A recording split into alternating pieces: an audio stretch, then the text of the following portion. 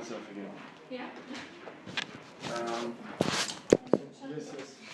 I got the girl looking at my stuff. Yeah. Two things is I have one lawyer who's dealing with the police stuff, the tax and things like that, and I see her at 11 o'clock.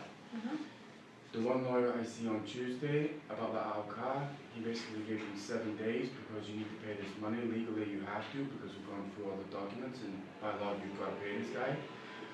So tomorrow I find out what AOK did. Two things. I have one more, but you remember that one was the Munich lawyer who wouldn't give me my money? Yeah.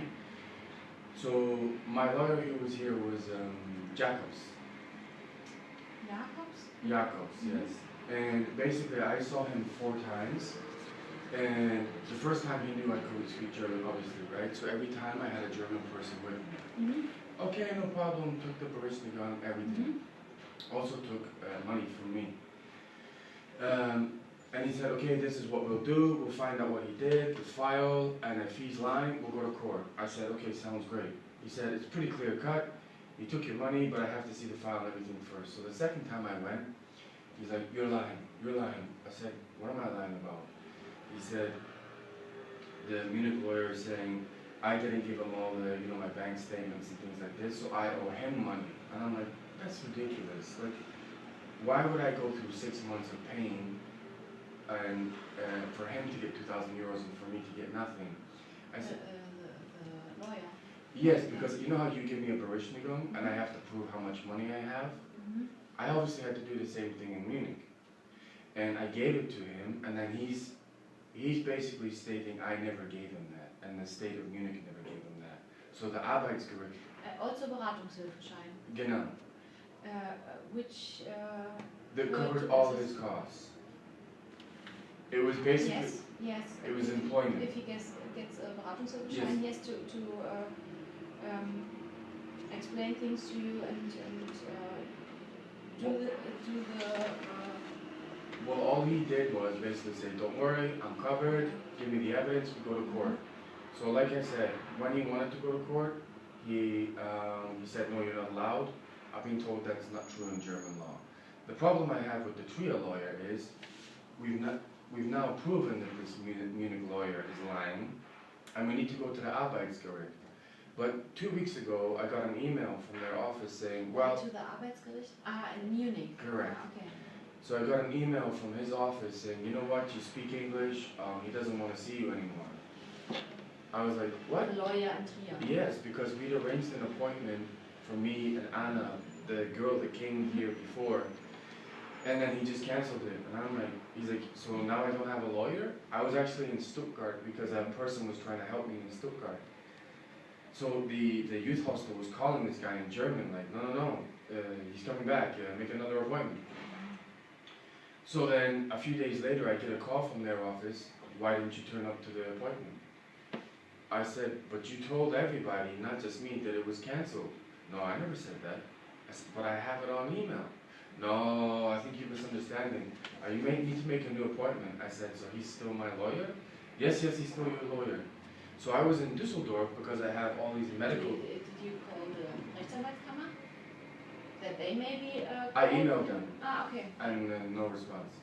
Okay, maybe they Yes, but it gets worse. Okay. So I'm in Düsseldorf because of all these medical issues I have because of the AS, the internet cafe thing. So he said, okay, come down. So again, I go with a German-speaking person, Cosmo, and he interrogates me for 1 hour over all the documentation. The lawyer? Yes, over and over. And then he goes, you know what? It needs to go to the Arbeitsgericht. You need to get your money. I said, okay, great. He said, but I'm not going to be your lawyer. I'm like, what? He's like, well, you speak English and I don't speak English, so therefore I'm out. And I said, but we've gone through this for like a month, 2 months. You knew that from the start. I said, now you have all the information. All it's a case of we go to court and get my money and now you're not my lawyer? Yeah, that's right, please leave. So I went, I'm a member of the trade union. I got them to call and they're like, no, he's out, he's a total asshole. So he took all my confidential information, he still has it, he has everything, and right at the moment where I'm about to get my money, he's like, actually you speak English, I'm out. I'm like, but you knew that from the start. So 1 minute you're a lawyer, 1 minute you're not. 1 minute you're a lawyer, then okay, we're going to go to court, and then you just disappear. Okay, and did your friend come with you in this situation? Yeah, he did. He saw it. He was like, I don't know what to say. He's just not interested now. I said, why bring me all the way from Dusseldorf for 1 hour? So what he did makes absolutely no sense. Okay. I just continue to this, the Rechtsanwaltskammer Yeah. is your contact. I emailed him with everything, Yes. but this other one, and I want to do this one because, so because of my financial situation, right, I don't have a lot of money.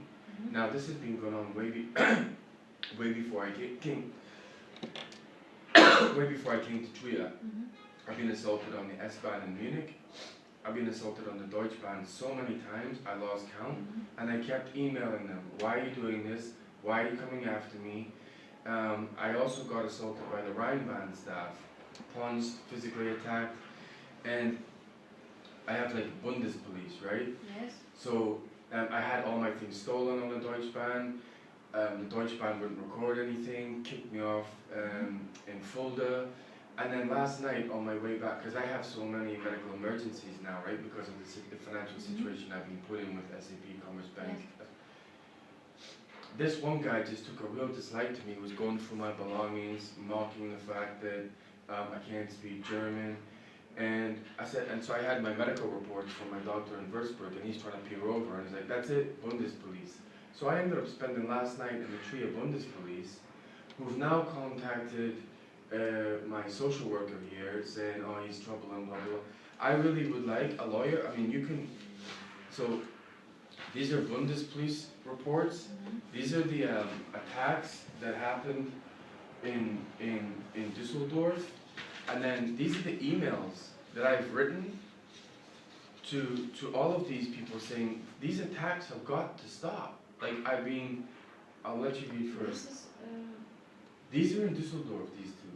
yes, but you have shown me this already, I think, isn't it?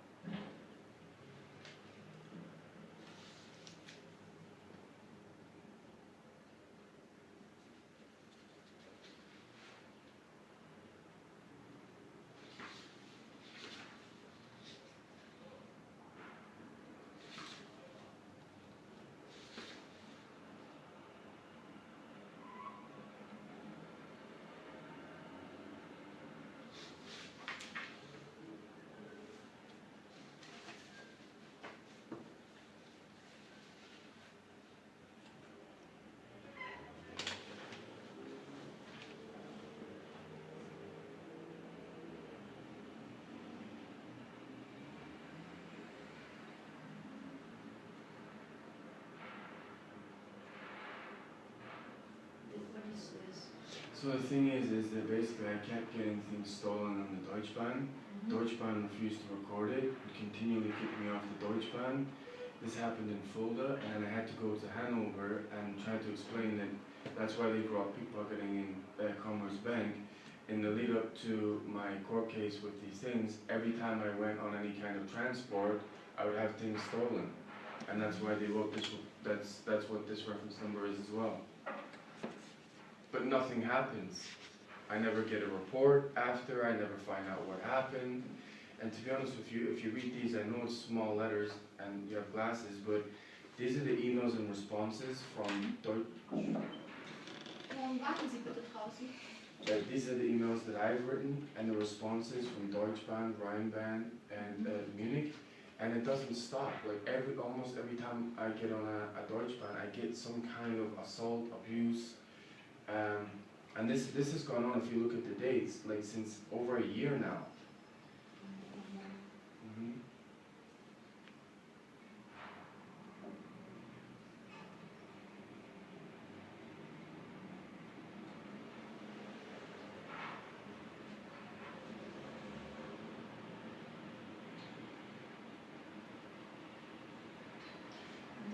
This is the email that I wrote today, but what it is if you look at the dates, you could probably read the top 3, but I'm constantly emailing Rheinbahn, Deutsche Bahn, and the Munich Transport to say, why am I being targeted on these transport systems? And the thing is, I actually asked the police, am I allowed to log an offense against the Deutsche Bahn